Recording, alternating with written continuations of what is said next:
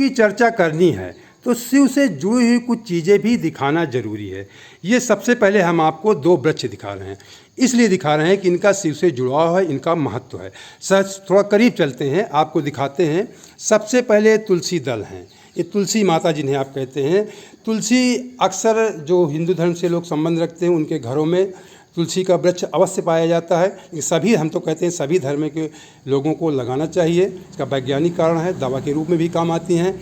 और शिव जी से इनका क्या जुड़ाव है, अगर जो हमने शिव पुराण में पढ़ा है, अगर आप तुलसी दल शिवलिंग में चढ़ाते हैं तो आपको भोग और मोक्ष दोनों की प्राप्ति होती है। भोग का मतलब होता है सुख सुविधाओं से, और मोक्ष की प्राप्ति होती है। और शमी पत्र जो शिव जी को कहते हैं बहुत प्रिय है, शमी की अगर शमी पत्र आप चढ़ाते हैं शिव जी में तो आपको मोक्ष की प्राप्ति होती है। और इनसे जुड़ी हुई एक बात जो शिव पुराण में हमने पढ़ा है वो आपको बता रहे हैं कि कहते हैं जिस प्रकार धरती अपने अंदर तमाम तरह के रत्नों को छिपाए रहती हैं, आभूषणों को छिपाए रहती हैं, उसी प्रकार शमी वृक्ष अपने अंदर अग्नि को समाहित कर लेते हैं, अग्नि को समाये रहते हैं।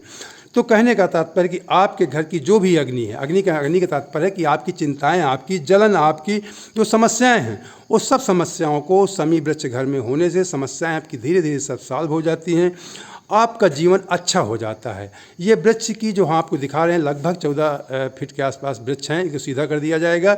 ये इनकी उम्र लगभग, अभी पिछले साल हमने अप्रैल में लगाया था, लगभग शायद 14 या 15 महीने के वृक्ष हैं और इस समय विशाल रूप धारण कर रहे हैं।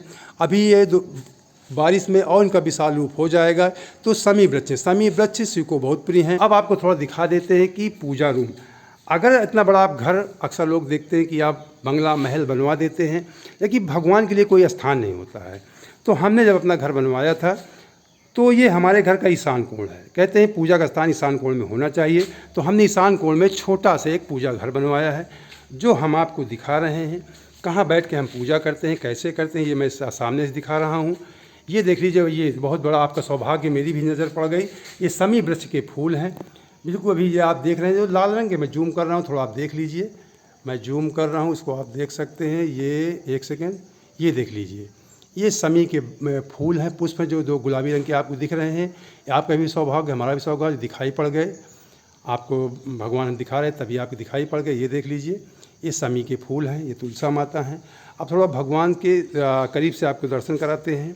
अभी शिव की चर्चा करेंगे कि इसलिए ये सब चीज़ें दिखा रहे हैं कि लोगों को बहुत भ्रांतियाँ होती हैं। लोग पूजा करते हैं, कहते हैं फल नहीं मिलता है। तो जब आप सही ढंग से पूजा नहीं करेंगे तो आपको कैसे फल मिलेगा। इसलिए हमने लगा कि सावन कल 4 जुलाई से शुरू हो रहा है, इसलिए आपको कुछ चीज़ें बताना ज़रूरी है और दिखाना भी ज़रूरी है। तो हमको लगा कि जन कल्याण के लिए, क्योंकि भगवान भोलेनाथ जगत पिता कहे जाते हैं, वो सभी का कल्याण करते हैं, तो इसलिए हमको भी लगा कि शिव के बारे में लोगों को जो गलत जानकारियाँ हैं वो सही जानकारी हम आपको उपलब्ध करवा दें, जिससे आपका जीवन सफल हो जाए, सही ढंग से आप पूजा पाठ करें।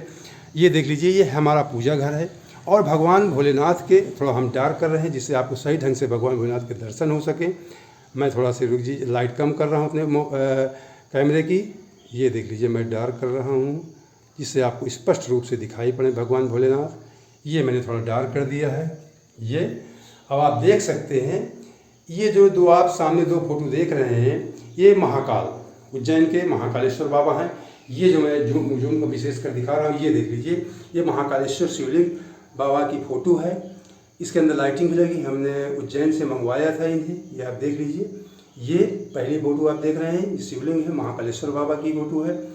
उनके बगल में उनके महाकालेश्वर बाबा का दिन में 5 बार श्रृंगार होता है, तो ये श्रृंगार रूप में, ये उनकी एक श्रृंगार रूप में फ़ोटो है बगल में, जो मैं आपको दिखा रहा हूँ। ये देख लीजिए, ये उनका श्रृंगार रूप में फ़ोटो है। तो मैं खुद और मेरा परिवार, हम सब लोग शिव भक्त हैं। शिव भक्त सभी आप सभी हैं, लेकिन समझने केवल भ्रम होता है। शिव की पूजा करने से कहते हैं कि सारे देवताओं की पूजा हो जाती है।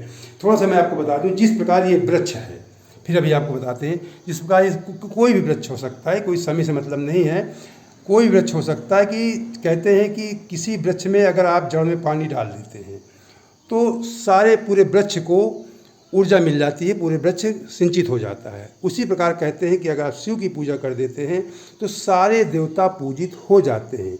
ये मैंने आपको कल बताया। तो ये केवल समझने की बात है। शिव परम ब्रह्म परमात्मा है, परम ब्रह्म। जिस दिन आप परम ब्रह्म को समझ लेंगे उस दिन आपकी सारी भ्रांतियाँ दूर हो जाएंगी, सारा आपका अहम घमंड चूर हो जाएगा। इसलिए परम ब्रह्म को समझना जरूरी है। ये हमारा पूजा स्थान है, इस स्थान पे हम बैठ के पूजा करते हैं। मैंने आपको दिखाया, भगवान भोलेनाथ के दर्शन कराया, महाकालेश्वर बाबा के दर्शन कराया। भगवान भोलेनाथ के छोटा सा कूलर है जिससे भगवान भोलेनाथ को ये थोड़ा उनकी तरफ कर दिया जाता है, जिससे उनको ठंडक महसूस होती रहे। अब बात कर लेते हैं थोड़ा भगवान शिव की पूजा किस ढंग से सावन में करनी चाहिए, क्या क्या इनके नियम होते हैं, इनके बारे में थोड़ा सा आपको हम जानकारी उपलब्ध करवाते हैं।